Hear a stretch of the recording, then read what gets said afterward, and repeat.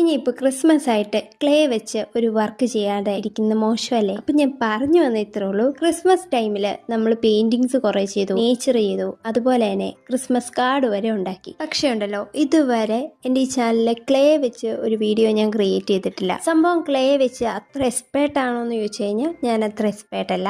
എൻ്റെ ലൈഫിൽ ആദ്യമായിട്ട് ഞാൻ ക്ലേ വെച്ചൊരു സംഭവം ഉണ്ടാക്കിയിട്ടുണ്ടെങ്കിൽ അത് കോളേജ് ഫസ്റ്റ് ഇയറിലാണ്. അന്നത്തെ ആ ഓർമ്മ വെച്ചാണ് ഇപ്പോഴും ഞാൻ ഈ ക്ലേ ഇങ്ങനെ ഉപയോഗിക്കുന്നത്. അപ്പോൾ ഒരു കാര്യം മനസ്സിലായില്ലേ, നമുക്ക് ചെയ്യാൻ അറിയില്ലെങ്കിലും ഒന്ന് ട്രൈ ചെയ്ത് നോക്കിക്കഴിഞ്ഞാൽ ഉറപ്പായിട്ടും ഇതൊക്കെ നടക്കുമെന്ന്. അപ്പോൾ നിങ്ങളൊന്ന് ട്രൈ ചെയ്ത് നോക്ക്, സാധിക്കും. സാധിക്കാണ്ട് എവിടെ പോവാനാ? അപ്പോൾ ഇത് എൻ്റെ വക ഒരു ക്രിസ്മസ് സ്പെഷ്യൽ വീഡിയോ ആണ്. സംഭവം ഈ വീഡിയോയോട് കൂടി തീരുന്നില്ല, ഇതിൻ്റെ സെക്കൻഡ് പാർട്ടുണ്ട്. ഇതിനെന്തിനാണാവോ ഇനി സെക്കൻഡ് പാർട്ട് എന്ന് നിങ്ങൾക്ക് തോന്നിയോ? വേറൊന്നും ഇല്ല കേട്ടോ, ഈ ഒരു ഫിഗർ അടിപൊളിയാക്കി എടുക്കണമെങ്കിൽ അതിന് ഒരു സംഭവം മിസ്സായിട്ടുണ്ട്. നമ്മുടെ മെയിൻ പരിപാടി പെയിന്റിങ് തന്നെ. അപ്പോൾ അതും കൂടെ ഒന്ന് ചെയ്ത് ഒന്ന് മിനുക്കി ഒന്ന് എടുത്തു കഴിഞ്ഞാൽ അടിപൊളിയായിരിക്കില്ലേ?